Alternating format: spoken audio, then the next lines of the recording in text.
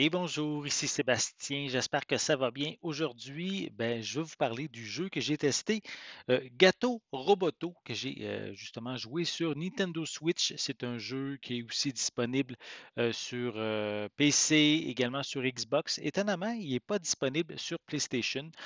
J'ai la version physique, en fait, que je me suis procurée via la compilation Doing Soft Collection, là, qui comprend aussi les jeux Gunbrella et Demon Throttle. Donc, c'est trois jeux développés par The Wingsoft. C'est distribué par Devolver. C'est pas nouveau, là, donc le jeu, en fait, il est paru initialement en 2019. Mais j'avais envie d'y jouer, donc c'est chose fait. En fait, c'est un jeu qu'on appelle ici un Metroidvania.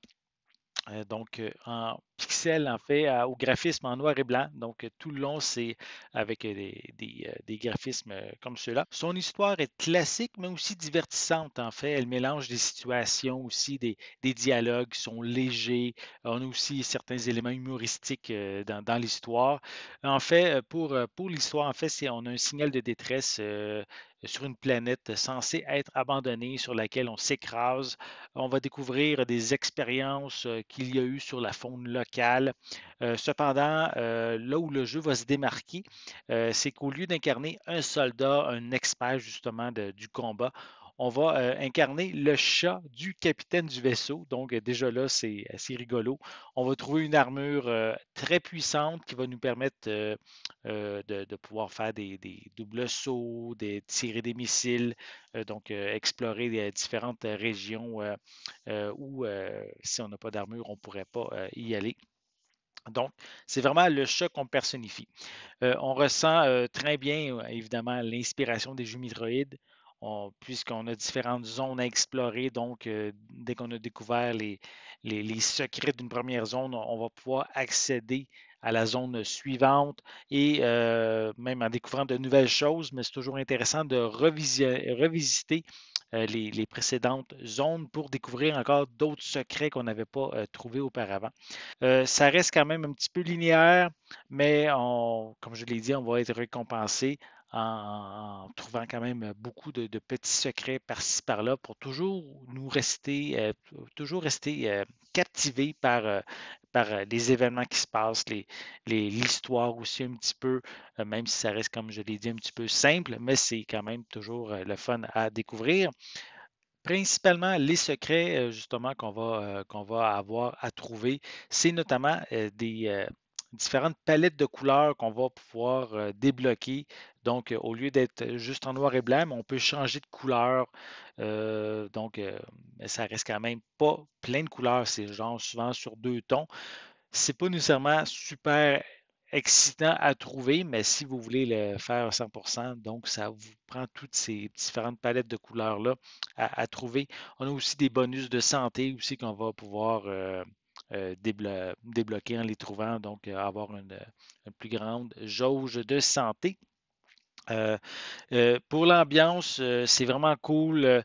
On a toujours envie justement de découvrir, de toujours aller un petit peu plus loin. Donc, en tout cas, c'est qu'est-ce qui m'est arrivé. Donc, je jouais un peu et j'avais toujours envie d'aller voir.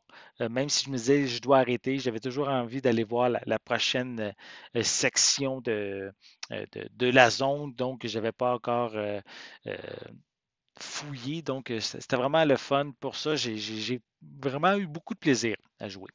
Une mécanique quand même intéressante pour ici Gato Roboto, c'est que le chat peut sortir de son armure pour explorer différents endroits qu'il ne peut pas faire justement avec l'armure, notamment des passages étroits ou même aller dans l'eau, puisque l'armure ne peut pas aller dans l'eau. Donc le chat doit sortir de l'armure pour pouvoir explorer certaines zones et c'est même obligatoire pour certains passages.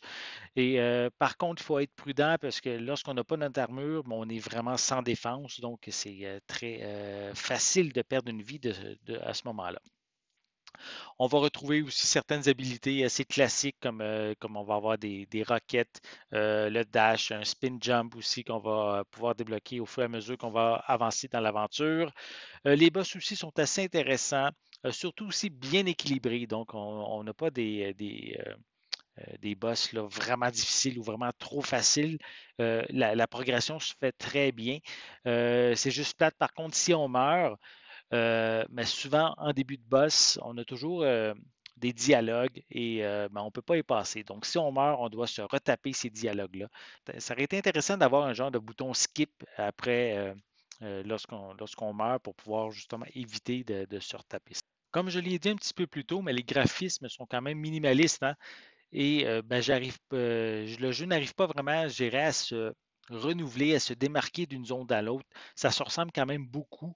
Ça amène même aussi à certains moments un manque de lisibilité, notamment pour certains ennemis qu'on les voit carrément presque pas dans l'environnement. Donc, ça amène soit qu'on les touche par erreur parce qu'on ne le savait pas, ou peut-être ils vont lancer un missile ou un objet pour nous frapper. Puis encore là, mais on ne les voit pas des fois à certains moments. Oui, on commence à force de progresser dans le jeu, on est plus attentif peut-être à ces moments-là, et surtout si on a déjà passé par une zone auparavant, mais on est plus prudent pour ces ennemis-là. Mais c'est peut-être un petit peu dommage, donc, le problème de lisibilité. Malgré ces petites lacunes-là, mais j'en aurais pris davantage, hein, parce que le jeu dure à peu près maximum 4-5 heures pour compléter le jeu. C'est quand même assez court. J'avais envie vraiment d'en avoir plus. Malheureusement, c'est pas le cas. Peut-être un jour, on verra peut-être une suite, puis ça nous permettrait peut-être d'explorer davantage l'univers créé par Gato Roboto. Mais ici, c'est un jeu que je vous recommande, donc sans hésitation. Si vous aimez les Metroidvania, c'est certain que le jeu Gato Roboto, c'est un jeu à découvrir, vraiment le fun, simple, mais efficace dans son ensemble. Et si vous voulez l'avoir, évidemment, digital, mais moi, je me suis procuré via la compilation Doing Soft Collection. Donc, on peut le voir ici, là, Gato Roboto. Donc, c'est vraiment, comme je l'ai dit, un jeu. Si vous aimez les Metroidvania, n'hésitez pas, vous allez sûrement passer un très bon moment. J'espère que vous avez aimé cette vidéo. Si c'est le cas, n'hésitez pas à mettre un pouce en l'air, à laisser des commentaires. Dites-moi justement, est-ce que vous êtes fan des Metroidvania 2D?